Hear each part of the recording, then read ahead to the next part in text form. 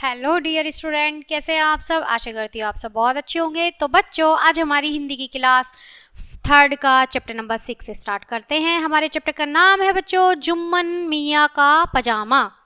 तो बच्चों, जुम्मन मियाँ का पजामा हम देखेंगे क्या है जुम्मन मियाँ के पजामे में। जुम्मन मियाँ बड़े शहर में रहते थे, उनके बाकी सभी रिश्तेदार गाँव में रहते थे, इसलिए वे अपने को बहुत ज्ञानी समझते थे।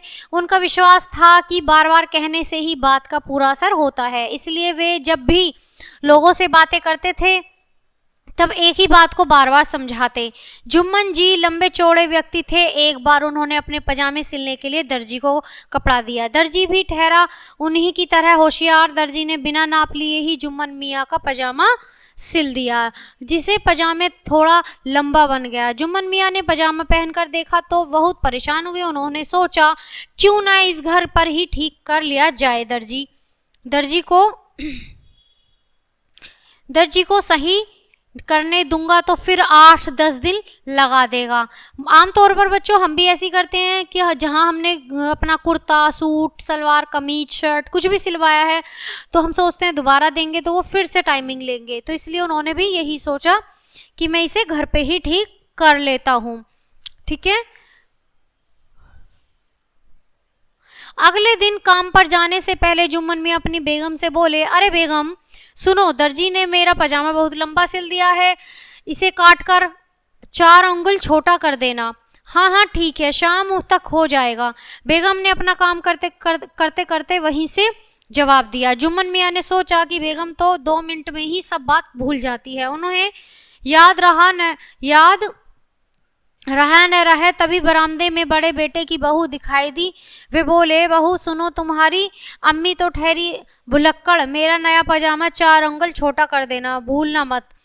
यह कहकर जुम्मन मियाँ आंगन में आए तो छोटी बहू और बैठी थी, किसी काम में जुटी नजर आई। जुम्मन मियाँ ने सोचा बड़ी बहू को तो अपने बच्चों से ही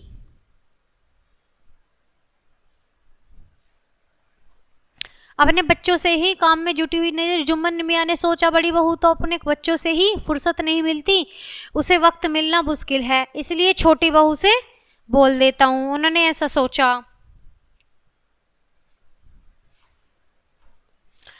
बहू और बेटे को यह काम सौंपना ठीक रहेगा। वे छोटी बहू और बेटी से बोले, देखो छोटी बहू और बेटी रूबीना, तुम दोनों मेरी बात ध्यान से सुनो। दर्जी ने मेरा पजामा बहुत लंबा बना दिया है, उसे 4 अंगुल छोटा करा देना। अब जुम्मन मियाँ निश्चित थे, उन्हें लगा अब तो शाम तक पजामा ठीक हो ही जाएगा। थोड़ी देर बाद जुम्मन मियाँ की बेगम को पति का फरमान याद आया। उन्होंने झट से 4 अंगुल कपड़ा काटकर पजामे को छोटा कर दिया और संभाल कर अलमारी में रख दिया। कुछ देर बाद बड़ी बहू को फुर्सत हुई, वह पजामा उठाकर अपने कमरे में ले आई। उसने भी पजामा 4 अंगुल छोटा कर दिया। उसके बाद वह पजामा संभाल कर उसी अलमारी में रख आई। अब छोटी बहू को याद आया तो उसने भी पजामे को काटकर 4 अंगुल छोटा और कर दिया, अलमारी में रख दिया 4 अंगुल छोटा करके। 1 घंटे बाद बेटी को याद आया कि अब्बा जान का पजामा ठीक करना है। उसने भी 4 अंगुल कपड़ा काट डाला और सिलाई शुरू कर दी।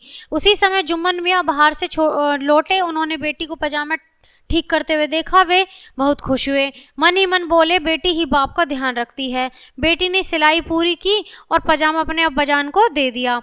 वे उसे लेकर खूब चाव से अपने कमरे में पहुंचे। उन्होंने सोचा सैर पर जाते समय नया पजामा ही पहनूंगा। उन्होंने पजामा पहनकर देखा, लेकिन वह क्या, पजामा पहनते ही मियाँ जी ने सिर पीट लिया। वे जोर जोर से चीखने लगे, सुनो सुल्तान की अम्मी, बड़ी बहू, छोटी बहू, रूबीना, यह क्या कर डाला तुम सबने। मैं जुम्मन मियाँ हूँ या सर्कस का जोकर। दर्जी ने मेरा नाश किया तो किया, लेकिन तुम सबने सत्यानाश कर दिया। तो बच्चों, जुम्मन मियाँ का जो वो पजामा था वो 4 अंगुल बड़ा था केवल। ठीक है। उन्होंने बारी बारी से सबसे बोला कि कभी कोई भूल ना जाए, कोई तो कर देगा, लेकिन सभी को याद रहा और सबने काट कर 4-4 अंगुल छोटा कर दिया और वो बिल्कुल हाफ निक्कर बन गया। तो बच्चों, बाद में गुस्सा तो आता ही, लेकिन ये एक फनी बात है। ठीक है, इसी के साथ ये कहानी यहीं ख़त्म होती है, जुम्मन मियाँ का पजामा। आई होप आपको भी बहुत मज़ा आया होगा, एंजॉय किया होगा। तो मिलते हैं आपसे नेक्स्ट पार्ट में नेक्स्ट वीडियो के साथ। तब तक के लिए बाय बाय प्यारे बच्चों।